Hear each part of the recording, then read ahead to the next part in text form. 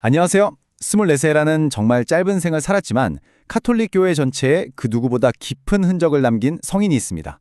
바로 리즈웨의 성녀 소아데레사인데요. 오늘은 그녀의 삶을 아주 독특한 시선으로 담아낸 영화 한 편을 보면서요. 그녀가 우리에게 남긴 위대한 영적 선물, 바로 자금길의 비밀을 함께 파헤쳐보려고 합니다. 시작은 성녀 데레사 자신의 목소리로 열어볼게요. 저는 어머니인 교회의 심장 안에서 사랑이 되겠습니다. 이 한 문장이야말로 그녀의 삶 전체를 꿰뚫는 그야말로 강력한 사명선언문 같은 말이죠. 이게 바로 오늘 우리가 풀어가야 할 질문입니다. 아니 어떻게 봉쇄수녀원 담장 안에서 조용히 살다 간 한 젊은 수녀의 영성이 전 세계 카톨릭 신자들의 마음을 움직이고 현대신학에까지 이렇게나 큰 영향을 미칠 수 있었을까요? 그 비밀이 궁금하지 않으세요? 오늘 우리가 함께 걸어갈 여정의 지도입니다. 아주 독특한 영화 이야기로 시작해서요. 그녀 신앙의 핵심으로 점점 더 깊이 들어가 보겠습니다. 자, 그럼 첫 번째 이야기, 영화 데레사로 들어가 보죠. 보통 성인의 삶을 다룬 영화 하면 뭔가 웅장한 음악에 극적인 사건들 이런 걸 떠올리게 되잖아요. 그런데 1986년에 나온 이 영화는요. 완전히 정반대의 길을 갑니다. 그 독특한 비움의 이야기 대체 뭔지 같이 한번 보시죠. 알렌 카발리에 감독이 만든 이 영화 데레사는요. 칸 영화제 심사위원상은 물론이고 수많은 상을 받았고요. 심지어 바티칸이 직접 선정한 최고의 종교 영화 중 하나로 꼽힐 정도였습니다. 이 영화를 딱 한 단어로 정의한다면 그건 바로 절제일 겁니다. 마치 텅 빈 연극 무대처럼 영화는 일부러 소품이나 배경음악, 화려한 세트 같은 걸 거의 다 없애버렸어요. 그런데요, 이 단순함이 결코 영화의 한계나 단점이 아닙니다. 오히려 이 영화가 가진 가장 큰 힘이죠.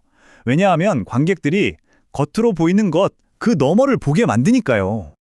감독은 영화적인 장식들을 싹 걷어내면서 아주 역설적으로 우리를 데레사 영성의 가장 깊은 본질로 이끌어 갑니다.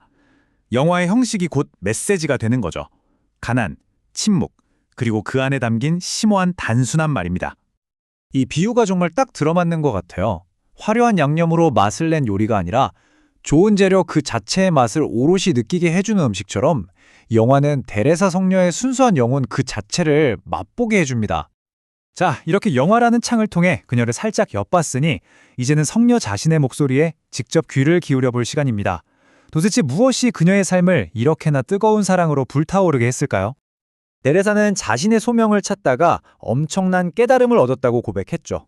바로 내 자리가 교회의 어떤 한 부분이 아니라 교회의 가장 중심, 그 심장인 사랑 그 자체가 되는 것이라는 걸요. 이 말이 그녀의 영성을 정말 아름답게 보여주죠. 세상이 말하는 큰 성공이나 대단한 성취가 아니라 자신의 사랑을 상징하는 그저 장미꽃잎 몇 개를 바치는 아주 작은 행위 안에서 가장 큰 기쁨을 느꼈던 겁니다. 이게 바로 그녀가 발견한 사랑의 방식이었어요. 그렇다면 이 위대한 사랑을 어떻게 매일매일 살아냈을까요? 바로 여기서 그녀 가르침의 핵심이자 가톨릭 영성사에 있어서 그야말로 혁명적인 개념인 작은 길이 등장합니다. 작은 길의 핵심은 바로 이겁니다. 그전까지는 성인이 되는 길은 뭔가 특별한 영웅이나 순교자들만 갈 수 있는 길처럼 여겨졌거든요. 그런데 데레사가 선언하는 거죠. 아니라고. 성덕은 우리 모두의 것이라고. 바로 우리의 평범한 하루하루 속에 그 길이 숨겨져 있다고 말이에요.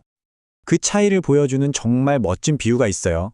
그녀는 스스로를 전통적인 성인들처럼 저 험한 계단에 올라가기엔 너무나 작고 약한 존재라고 생각했어요. 그래서 대신 새로운 길, 바로 엘리베이터를 찾아낸 겁니다. 맞아요. 그녀의 작은 길이라는 건 내가 무언가를 열심히 해서 계단을 오르는 길이 아닙니다. 오히려 나의 약함과 부족함을 그대로 인정하고 어린아이처럼 모든 것을 예수님의 팔에 온전히 맡기는 길. 다시 말해 절대적인 사랑과 신뢰의 길인 거죠. 그리고 이 엘리베이터를 움직이는 동력은 딱 하나입니다. 바로 하느님의 자비에 대한 절대적인 신뢰죠. 이 개념이 어떻게 발전하는지 한번 따라가 보시죠.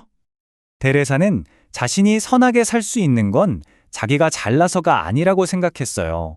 오히려 하느님께서 자기를 너무나 사랑하셔서 미리 보호해 주시는 것, 일종의 예방하는 사람 덕분이라고 믿었던 거죠. 우리가 하느님의 자비를 생각할 때 보통 이런 그림을 떠올리잖아요. 우리가 실수로 넘어져 다쳤을 때 다가와서 상처를 치료해주고 다시 일으켜 세워주는 그런 사랑 말이죠. 그런데 테레사는 다른 종류의 자비에 주목했습니다. 바로 우리가 걸려 넘어지기도 전에 우리 앞길에 돌멩이를 미리 치워주시는 지극히 자상한 아버지의 사랑. 그녀는 바로 이 사랑을 온전히 믿고 의지했던 겁니다. 자, 그렇다면 이 모든 이야기가 오늘을 살아가는 우리에게는 과연 어떤 의미가 있을까요? 이 위대한 성녀의 가르침을 우리 삶에 어떻게 적용해 볼 수 있을지 마지막으로 한번 정리해 보겠습니다. 그녀가 남긴 유산은 정말 엄청납니다. 평생 봉쇄 수녀원 밖으로 나가본 적도 없는 분이 선교사들의 수호 성인이 되셨고 그 깊이 있는 영적 통찰력 덕분에 교회 박사라는 칭호까지 받았으니까요. 신학과 실제 삶을 하나로 이어준 거죠. 이렇게 마지막 질문을 여러분께 던지면서 오늘 이야기를 마무리할까 합니다. 내 힘으로 힘겹게 계단을 오르는 대신 나를 단숨에 들어 올려주는 완전한 신뢰의 대상. 여러분의 삶 속 엘리베이터는 무엇인가요? 아마 데레사 성녀가 그랬던 것처럼 그 엘리베이터를 움직이는 힘은 결국 사랑일 겁니다.